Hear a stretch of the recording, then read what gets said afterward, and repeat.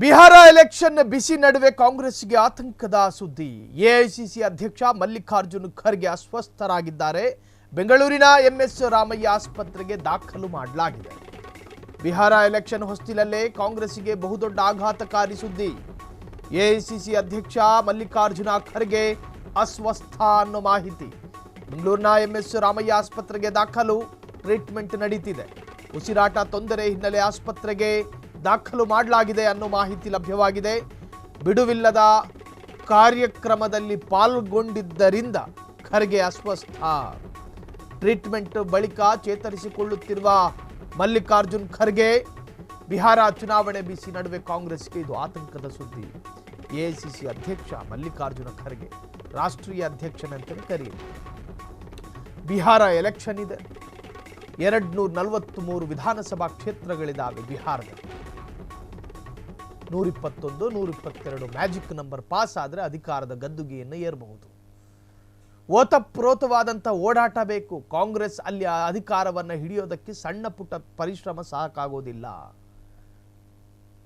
ನಿತೀಶ್ ಕುಮಾರ್ ಜಾತಿ ಗಣತಿಯಲ್ಲಿ, ನಿರುದ್ಯೋಗ ವಿಚಾರದಲ್ಲಿ, ಕಾನೂನು ಸುವ್ಯವಸ್ಥೆಯ ವಿಚಾರದಲ್ಲಿ ಬಿಹಾರದ ಲಾ ಅಂಡ್ ಆರ್ಡರ್ ಹದಗೆಟ್ಟಿದೆ ಅಂತ ಹೇಳಿ ಜನ ಬೀದಿಗಿಳಿದು ಪ್ರತಿಭಟನೆ ಮಾಡಿದ್ರು. ಅದನ್ನು ಎನ್ಕ್ಯಾಶ್ ಮಾಡಿಕೊಳ್ಳಬಹುದಾಗಿತ್ತು ಕಾಂಗ್ರೆಸ್ಸಿಗೆ.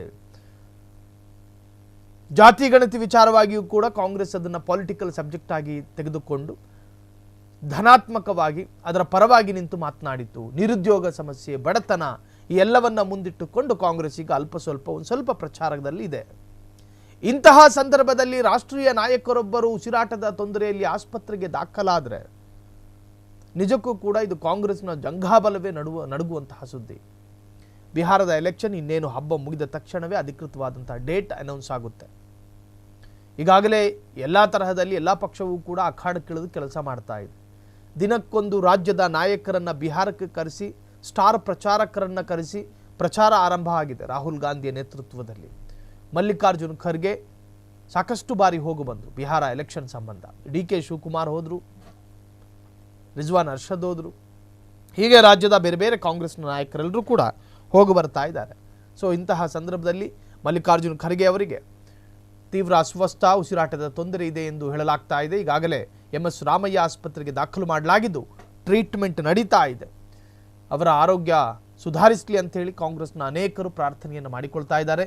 ಟ್ರೀಟ್ಮೆಂಟ್ ಬಳಿಕ ಚೇತರಿಸಿಕೊಳ್ಳುತ್ತಿರುವಂತಹ ಖರ್ಗೆ ಅವರ ಆರೋಗ್ಯ ವಿಚಾರವಾಗಿ ಕಾಂಗ್ರೆಸ್ನಲ್ಲಿ ಸಾಕಷ್ಟು ಗೊಂದಲಗಳಿತ್ತು. ಈಗ ಆ ಗೊಂದಲಕ್ಕೆ ತೆರೆ ಬಿದ್ದಿದೆ. ಎಂಎಸ್ ರಾಮಯ್ಯ ಆಸ್ಪತ್ರೆಗೆ ದಾಖಲು ಎನ್ನುವಂತಹ ಅಧಿಕೃತ ಮಾಹಿತಿ. ಕ್ಷಣ ಕ್ಷಣದ ಸುದ್ದಿಗಳಿಗಾಗಿ ಫ್ರೀಡಂ ಟಿವಿ ಸಬ್ಸ್ಕ್ರೈಬ್ ಮಾಡಿ, ಲೈಕ್ ಮಾಡಿ ಹಾಗೂ ಫಾಲೋ ಮಾಡಿ. ಹೊಸ ಸುದ್ದಿಗಳ ನೋಟಿಫಿಕೇಶನ್ಗಾಗಿ ಬೆಲ್ ಐಕಾನ್ ಮೇಲೆ ಕ್ಲಿಕ್ ಮಾಡಿ.